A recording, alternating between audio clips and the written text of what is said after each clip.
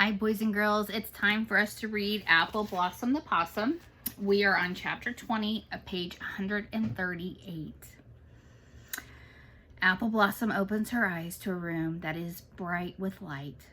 Fear strikes like lightning, and she sits up upright. She is locked in a monster house. In the distance, she hears an enormous racket. The people are yelling. The door is shut, but for how long? Will the dog and the people come rushing in? What is she doing out here in the open? This is all wrong. She needs to hide. Appleblossom tries to scramble out of the nest of fake furry animals, but it isn't easy because she is wearing the thick blue garment. Plus, she has crazy contraptions on her feet. She grabs one of the foot covers and pulls it off, throwing it hard across the room. She isn't able to get the other cover off. The hat is still on her head, and the blue garment now feels tight and constricting. There isn't time to deal with any of it. Hurry, hurry, hurry, the words pound in her head. Where to go? Where to hide? Under a little monster's nest? Too obvious. Under the big wooden box against the wall? Too tight of a squeeze.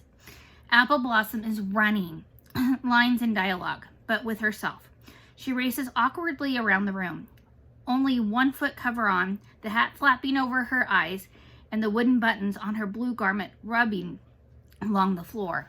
Ooh, she's quite the little possum mess right now, isn't she, boys and girls? And then, in a very dizzy state, she sees a tall basket tucked into an alcove in the corner. There are all kinds of things hanging from the rim of the straw contraption. Suddenly, the words of Mama's possum came back to her. True performers trust their gut instinct. When she first heard this, she had no idea what it meant.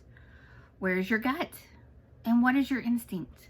Mama Possum explained that your gut is the pit of your stomach, and instinct is a natural response that you know without knowing you know. And if you are a born performer in the animal kingdom, like a possum, it tells you how to play a scene. Instinct also says to never eat wild mushroom, or to touch a black spider with a red belly, or trust a porcupine. Appleblossom decides that her gut instinct is telling her to get into the tall straw basket in the alcove, and she scrambles straight into it. She grips the side of the cylinder and moves. She is suddenly afraid that the basket will tip over, but only wobbles as Appleblossom climbs to the top and flings herself inside. She tumbles down through layers of cloth, soft and sweet-smelling things that she feels certain have been wrapped around the littlest monster. And then she finds herself at the bottom of the basket. But not a moment too soon, because suddenly the door opens and the littlest monster enters the room. Appleblossom stares out of the gap in the basket as the people quickly closes the door behind her. She goes right to the pile of fake furry animals. Appleblossom watches as the little monster sucks in her breath with a surprise and shouts, "Oh no!" She begins hunting frantically. She throws off the covers on her sleeping nest. She looks underneath. Appleblossom is relieved that she isn't hiding there. The people then gets to her feet and keeps searching. She tosses all the fake fur animals as she lifts everything she can get her hands on. The mini monster is looking for her, and then she stops. Appleblossom sees that the monster's eyes have landed on the back foot cover that she threw across the floor. The people is staring at the foot cover, and Appleblossom sees that there are tears of sadness in her eyes. They spill down her cheeks and fall to the floor. And it's not a performance, because she doesn't know she has an audience. Chapter 21, page 144. Izzy can't believe the little animal is gone. She tries to stay calm. She will keep searching the room very, very carefully. She starts in the corner and goes inch by inch. She looks under the cushions and all around her big chair. She moves her furniture, including her floor lamp and the bookcase. She uncovers 6 dead bugs, a yellow sock, a hair ribbon, and a paperclip. The last place Izzy looks is in her closet. She moves her shoes. She pushes back every hanger, even though she can't imagine how a possum could get up onto the clothes. She searches the pockets of her lime green winter jacket. Then she moves the laundry basket. She lifts the top. She sees the pants and shirts and underwear and socks that she wore all week to school. She puts her hands in and lifts the clothing in one big clump. Nothing at the bottom of the basket. She doesn't see the possum holding onto a pair of jeans.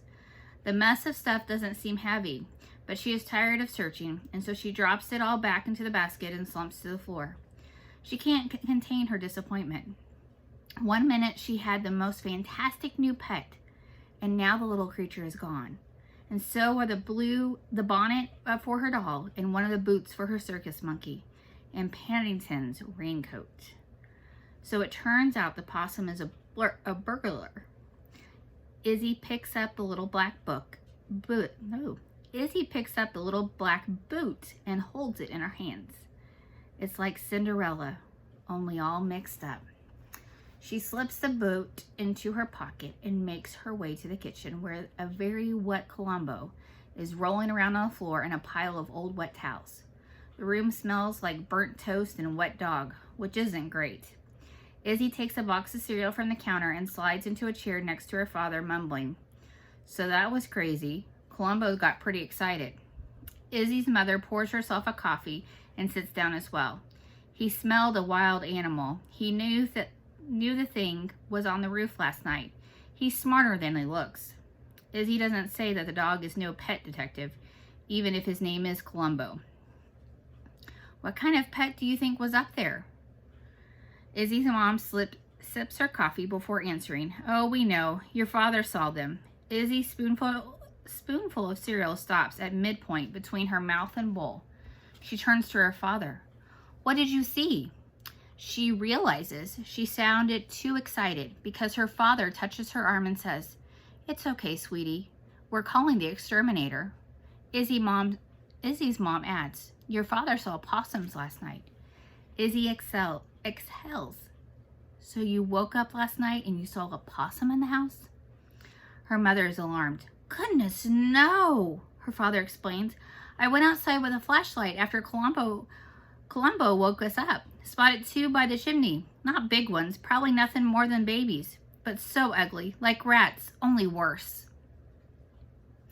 I don't think possums are ugly, Izzy said, annoyed.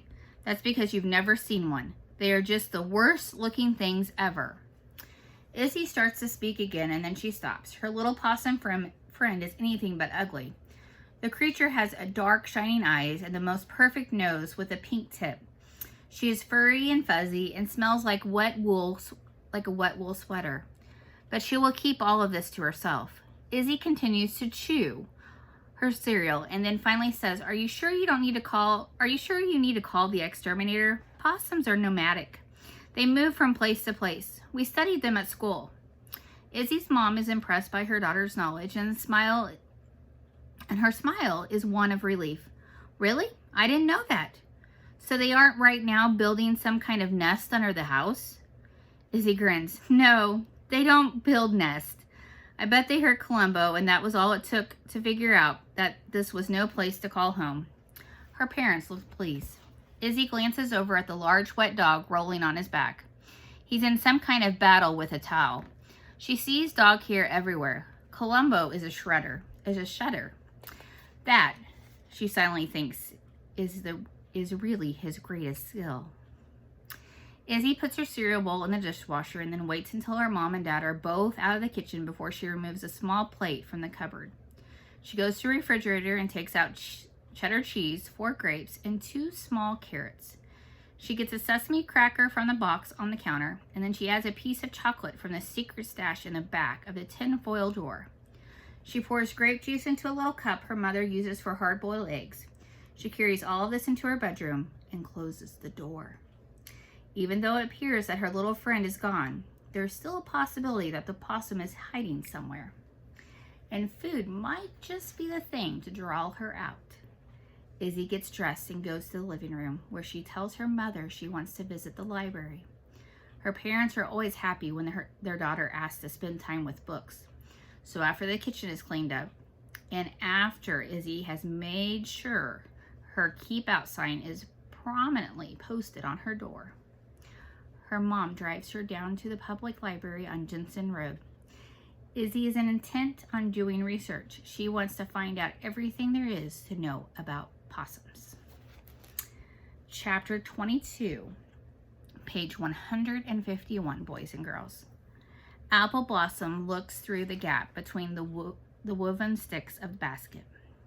She sees a little monster come into the den and put a plate on the floor. She smells food and feels her stomach rumble as the tip of her nose twitches. It might be a trick. Mama Possum said that monsters leave offerings that are really traps. The little people walks out of the room and Appleblossom waits and waits. She hears no dog sounds, no noise from people. Through one of the cracks in the side of the basket, she can see the food on the plate. It is driving her crazy. Appleblossom works her way up through the pile of clothing. Once on top, she balances on the edge of the basket, then swings her body around and climbs down. It doesn't take long before she's on the floor next to the plate of food. All fear melts away at first bite of the cheese. It's delicious. She follows with a grape. Each new thing is better than the last. Her sharp little teeth make quick work of the crunchy carrots. The best part of the sesame cracker is the dark seeds that coat the crisp offering. She drinks all of the purple liquid in the cup, and it is so much tastier than muddy water. Her stomach rejoices at every new swallow of goodness. But the best comes last. Appleblossom can't believe the taste of the dark square. Is there a way to describe this morsel of goodness? It is so sweet and smooth. It makes a green snail seem like an old pinecone seed. And every possum knows that a green snail is fantastic eating. It isn't long before Appleblossom has finished everything in front of her. She lifts her haircut, hat-covered head into the air and considers her next move. Something sweet-smelling is close by. She knows that she should concentrate on finding a way out of the monster house, but her escape takes a back seat to her stomach, and she scurries to the area with the sweet smells. The smells come from an area with a water chair and 2 empty ponds. Appleblossom climbs up the fuzzy cloth that hangs low and leads up to a tube of fresh-smelling white stuff. The goop inside is delicious. It is tangy and tastes like wild mint that grows in fields by a stream. What a find! Appleblossom squeezes out all of the goodness. The white goo, with a swirl of red and green inside, oozes all over her hands, and she does her best to eat it up. The next treasure is right there near the empty pond. Appleblossom pulls herself up on the plastic curtain, paying no attention to the fact that her sharp nails poke small holes as she travels. She reaches a container and uses her opposable thumbs to twist the cap. It comes right off. What's inside smells like strawberries. Appleblossom scurries down to the hard white ground and lifts the large container to her mouth and takes a swig. And then, alert, problem, bad move. The red goop is awful. It's not the juice of a strawberry. It's thick and foul-tasting poison. Appleblossom spits up the red slime and it comes out as a frothy mess. Her head spins. She staggers forward, moving into a weaving line around the tiled floor. She doesn't notice that the red goop is all over her feet and that she's leaving pink footprints with every step. Appleblossom does everything that she can to get the nasty sludge out of her mouth. The more she tries, the bigger mess she makes. She grabs the end of the white paper that dangles next to the water chair. The thin tissue spins down in a seemingly endless stream, and she uses this to clean her teeth and mouth. She burps and pink bubbles float into the air. She's dizzy and she realizes that she's going to have trouble staying on her feet. She wobbles back to her spot in the basket. It's a tough climb to the top, but once she reaches the rim, she happily falls into the pile of monster clothing. She then curls into a ball, pulls the hat down around her head, and holds onto her own tail. She tries to imagine that it belongs to one of her possum siblings. And then, with the taste of red slime still in her mouth, she drifts off to sleep. All right, boys and girls, that's the end of for today. We will read again tomorrow. Have a great day.